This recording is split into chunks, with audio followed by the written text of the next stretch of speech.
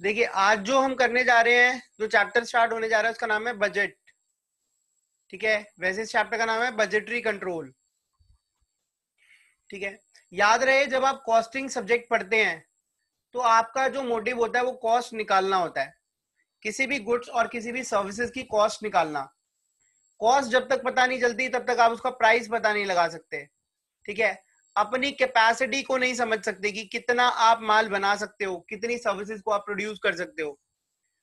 ठीक है, जब आपको कॉस्ट पता चल जाती है उसके बाद आपने सपोज एक प्रोडक्ट एक्स है उसकी कॉस्ट निकाली कि भाई 100 रुपए कॉस्ट आनी चाहिए।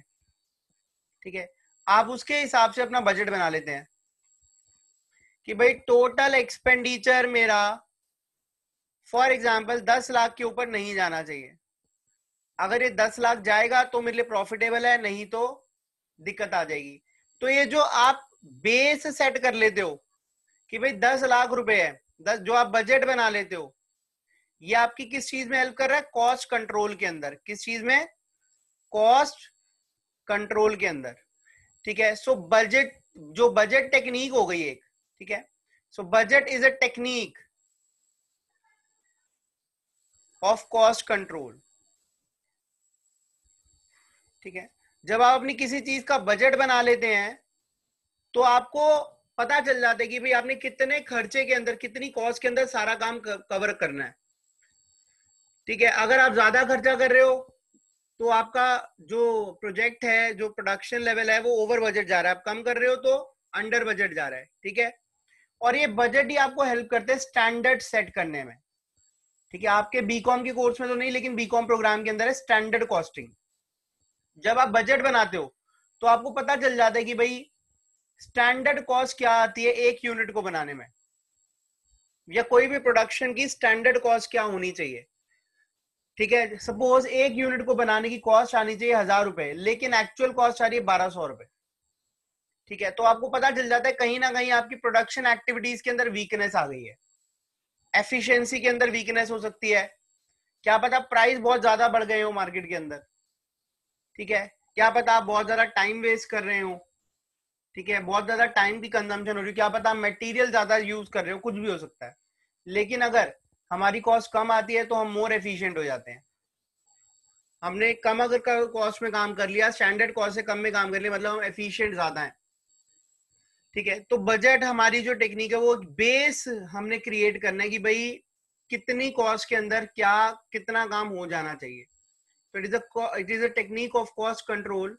ठीक है, हम कभी भी कोई प्रोडक्शन एक्टिविटी स्टार्ट करते हैं सबसे पहले उसका बजट बनाया जाता है ताकि फाइनेंशियल रिसोर्सेज की कमी ना पड़े। अगर फाइनेंशियल रिसोर्सेज की कमी कहीं पर भी पड़ गई तो आपकी प्रोडक्शन बहुत बुरी तरह हैम्पर हो जाएगी। ठीक है, उसमें रुकावटें आने लगेंगी, आप पेमेंट्स नहीं करेंगे टाइम पे तो दिक्कत होगी। तो इसलिए हमने यहाँ पर बजट चैप्टर पढ़ना है। वैसे तो बजट बहुत बहुत तरह के होते हैं। ठीक है, इसकी मेन दो कैटेगरीज हैं कि फंक्शनल बजट्स और दूसरा होता है ओवरऑल बजट्स। फंक्शनल बजट्स किसी पर्टिकुलर फंक्शन के लिए बनाया जाता है। ठीक है, लाइक कितना माल खरीदना है तो उसके लिए परचेज बजट, कितने का माल खरीदा जाएगा, कितने की सेल करी जाएगी उसके लिए सेल्स बजट, प्रोडक्शन की कॉस्ट कितनी आएगी उसके लिए कॉस्ट ऑफ प्रोडक्शन बजट। ठीक है, कितना माल बनाना है उसके लिए प्रोडक्शन बजट, कितना मटेरियल सप्लाई होगा उसके लिए कितना मटेरियल परचेज करा जाएगा, मटेरियल बजट। ठीक है, ओवरहेड्स का खर्चा कितना हो सकता है, दैट इज ओवरहेड बजट। तो ये फंक्शनल बजट्स हो गए। It depends upon the type of function for which it is use for. ठीक है, लेकिन ओवरऑल बजट्स के अंदर हम यहाँ पे टोटल कॉस्ट लेते हैं सभी फंक्शंस की मिला के। लेकिन इसके भी दो तरह के बजट्स हैं इसके अंदर भी, एक होता है फिक्स बजट और एक होता है फ्लेक्सिबल बजट। ठीक है, एक छोटा सा एग्जांपल, सर्दियों में जब आप जैकेट्स लेने जाते हैं, ठीक है, तो वो आपकी अलग प्राइस पे मिलती है। गर्मियों में जो आप लेने जाते हैं तो वो आपकी अलग प्राइस पे मिलती है। यही होता है ना, मतलब कभी भी कोई स्पेशल डिमांड आ जाए, कभी भी कोई स्पेशल डिमांड आ जाए या फिर ऑफ सीजन की डिमांड आ जाए तो उसका प्राइस चेंज हो जाता है। ठीक है, हमारे पास स्पेशल डिमांड आ गई, हम प्रोडक्ट एक्स बनाते थे, हमारे पास स्पेशल डिमांड आ गई वाई बनाने की। ठीक है, तो इन दैट केस वहां पर हमारा फिक्स बजट यूज होता है, क्योंकि वो जो बजट होगा वो सिर्फ वाई या एक पर्टिकुलर क्वांटिटी के लिए यूज हो सकता है।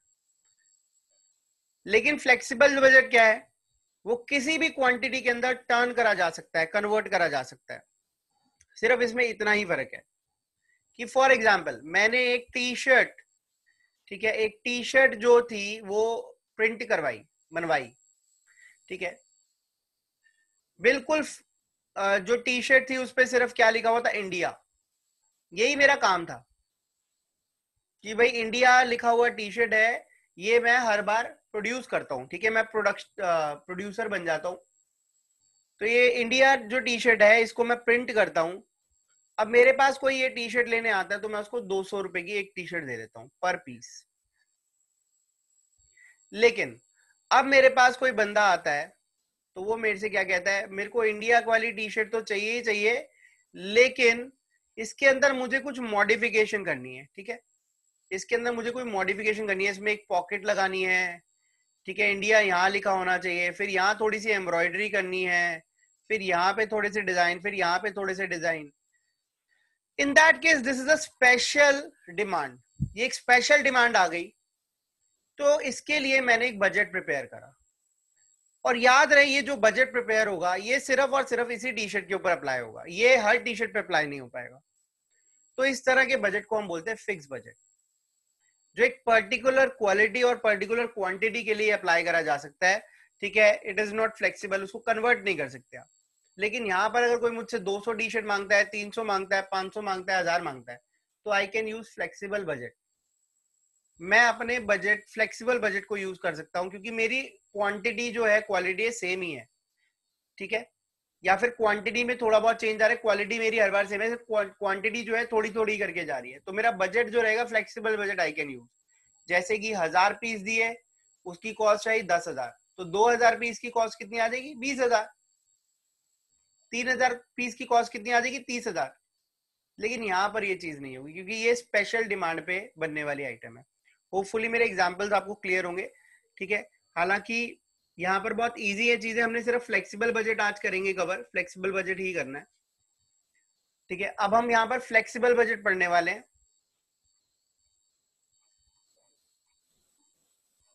और मैं आपको एक एग्जाम्पल से स्टार्ट करने वाला हूँ। देखिए, एक कंपनी है XYZ लिमिटेड,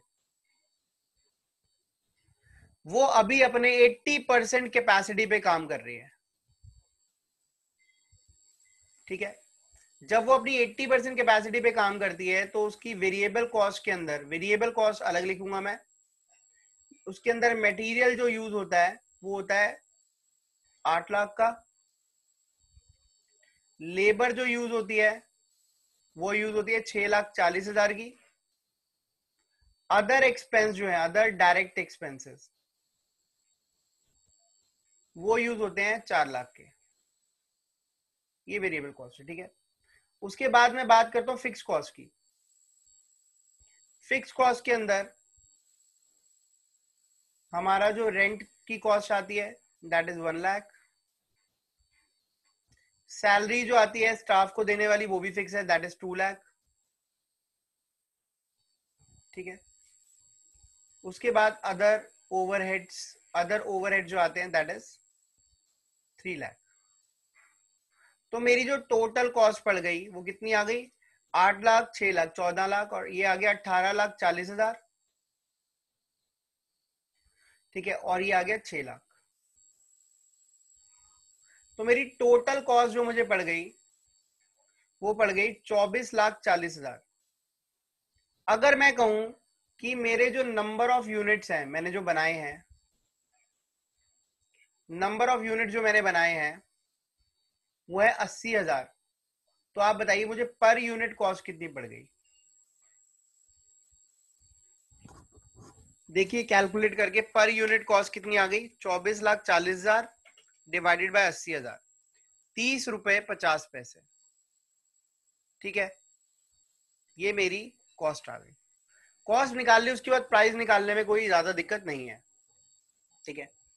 अब मुझे लगता है कि मुझे अपनी कैपेसिटी को बढ़ाना है, ठीक है, I want to increase my capacity, और जो मुझे अपनी कैपेसिटी रखनी है वो रखनी है 100%।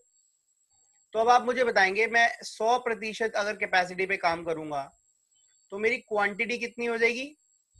जब 80% पे दी 80,000, तो 80 को 100 में कैसे कन्वर्ट करते हैं आपको पता ही है ना, 100 से मल्टीप्लाई कर दो और 80 से डिवाइड कर दो, तो ये आ जाएगा 1 लाख। अब मैं 1 लाख यूनिट बनाना चाह रहा हूं। अब देखिए फ्लेक्सिबल बजट में क्या होगा, ये जो वेरिएबल कॉस्ट है, ठीक है, 8 लाख जो कॉस्ट थी दैट वाज फॉर 80,000 यूनिट्स, तो 1 लाख यूनिट्स की कितनी हो जाएगी? 1 लाख से मल्टीप्लाई कर दो, 80,000 से डिवाइड कर दो, तो ये आ जाएगी 10 लाख रुपए कॉस्ट, मटेरियल की कॉस्ट आ गई। 6,40,000 जो कॉस्ट थी दैट वाज फॉर 80,000 यूनिट्स, तो 1 लाख से मल्टीप्लाई और 80,000 से डिवाइड कर दो, तो ये कितनी आ जाएगी? 8 लाख रुपए, ये कॉस्ट आ गई। फिर ये जो 4 लाख के डायरेक्ट एक्सपेंस है, क्योंकि ये वेरिएबल है, वेरिएबल बढ़ेगी, प्रोपोर्शनेटली बढ़ेगी, 1 लाख से मल्टीप्लाई 80,000 से डिवाइड, जैसे आप 80,000 से डिवाइड करते हो तो पर यूनिट 1 यूनिट की कॉस्ट आती है, और आप 1 लाख से मल्टीप्लाई करोगे तो 1 लाख में कन्वर्ट हो जाएगी, ठीक है। तो ये आ जाएगी आपकी 5 लाख रुपए, ठीक है। तो आपकी वेरिएबल कॉस्ट का जो टोटल आ गया वो आ गया 10, 8, 18, 5, 23,40,000, सॉरी 23 लाख रुपए, ठीक है, 23 लैक्स आ गया।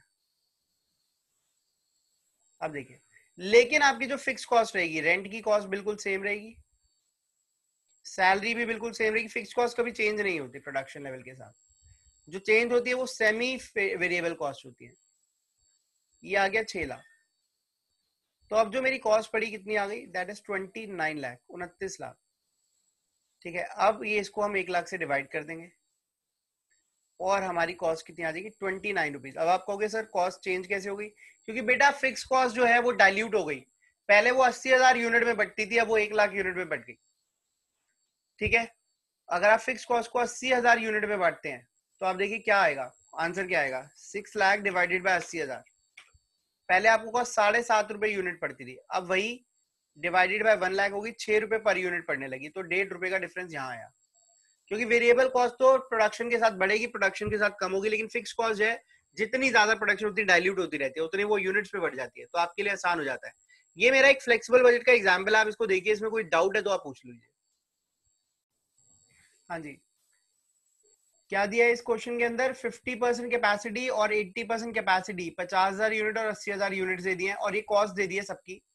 हमने बजट बनाना है 100% कैपेसिटी का, ठीक है, इसको यूज करते हुए। तो मैं थोड़ी सी वर्किंग्स करूंगा, यही साथ में ही करूंगा। सबसे पहले मैं सारी वर्किंग्स अपनी यहाँ कंप्लीट कर लेता हूँ।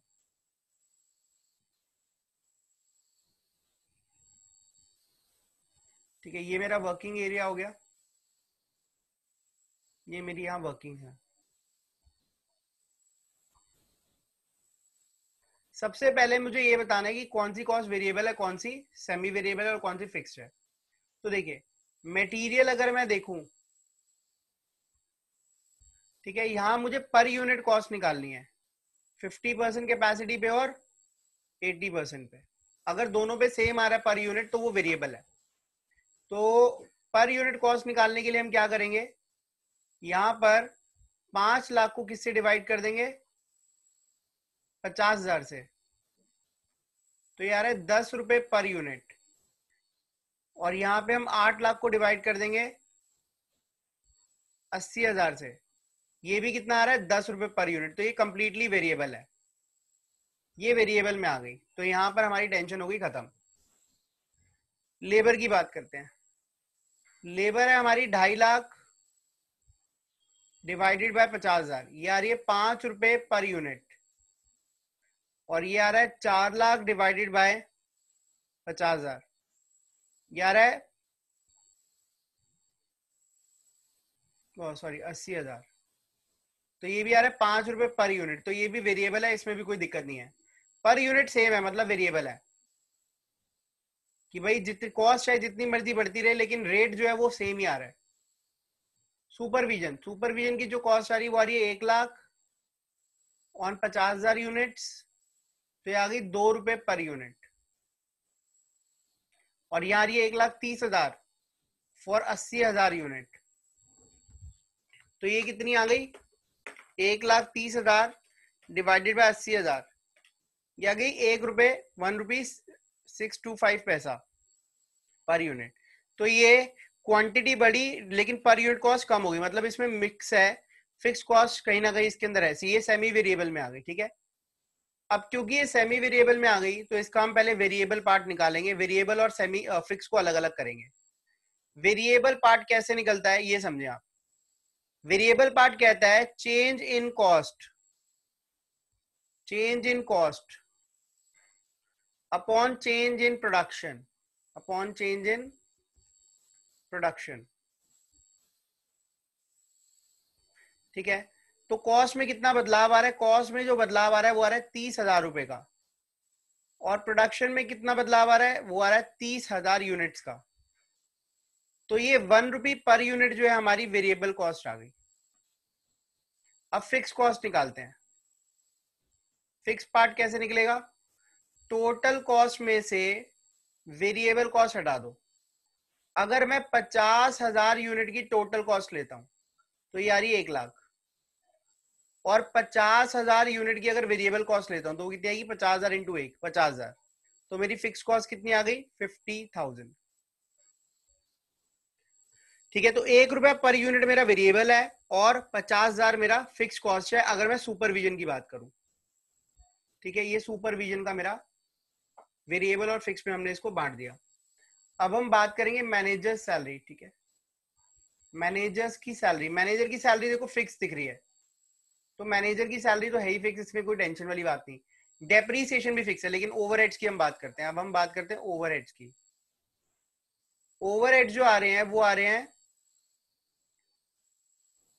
That will be 2 lakh rupees की कॉस्ट आ रही है 50,000 यूनिट पे, ये आ रही है ₹4 पर यूनिट। और यहां पे जो कॉस्ट आ रही है वो आ रही है 2,60,000 ऑन 80,000 यूनिट्स। तो ये कितनी हो गई? ₹3.25। तो इसके अंदर भी कोई ना कोई पंगा है, ना ये फिक्स है ना ये वेरिएबल है। फिक्स होती तो सेम रहती ओवरऑल। तो अब देखिए यहाँ पे वेरिएबल पार्ट कैसे निकलेगा। अब देखिए इसका वेरिएबल पार्ट कैसे निकालेंगे हम। वेरिएबल पार्ट कहता है change in cost. Change in cost कितना है? 60,000, 2,00,000 से 2,60,000 हो रही है, और चेंज इन प्रोडक्शन 50 से 80 हो रही है। तो इसका जो वेरिएबल पार्ट आ रहा है वो आ रहा है ₹2 पर यूनिट, ये वेरिएबल कॉस्ट हो गई। अब इसका फिक्स पार्ट अगर हम निकालेंगे, फिक्स पार्ट, तो कैसे निकलेगा? टोटल में से वेरिएबल कॉस्ट हटा दो। टोटल कॉस्ट अगर मैं 50,000 यूनिट की मानूं तो वो है 2,00,000, और वेरिएबल कॉस्ट जो है 50,000 यूनिट की वो कितनी है? 50,000 इंटू 2, 1,00,000। तो मेरी जो फिक्स कॉस्ट आ रही है, फिक्स पार्ट जो आ रहा है वो आ रहा है ₹1,00,000। वेरिएबल कॉस्ट ₹2 पर यूनिट और फिक्स पार्ट ₹1,00,000। उसके बाद रेंट जो है 50-50 है, तो उसके अंदर कोई दिक्कत वाली बात है नहीं। तो अब देखिए मैं यहाँ बहुत इजीली 100% कैपेसिटी का बजट बना लेता हूँ, विदाउट फॉर्मेट में आपके सामने बना रहा हूँ। ठीक है,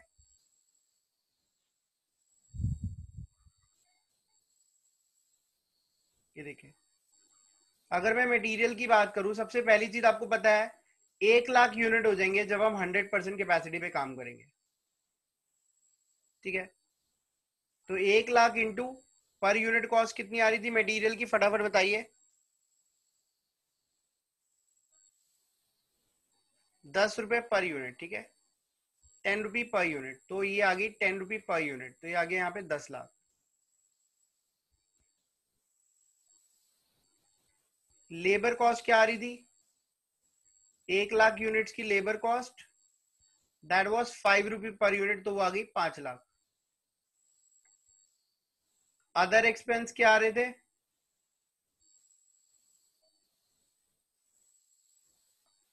ठीक है, अदर एक्सपेंस और क्या था? सुपरविजन।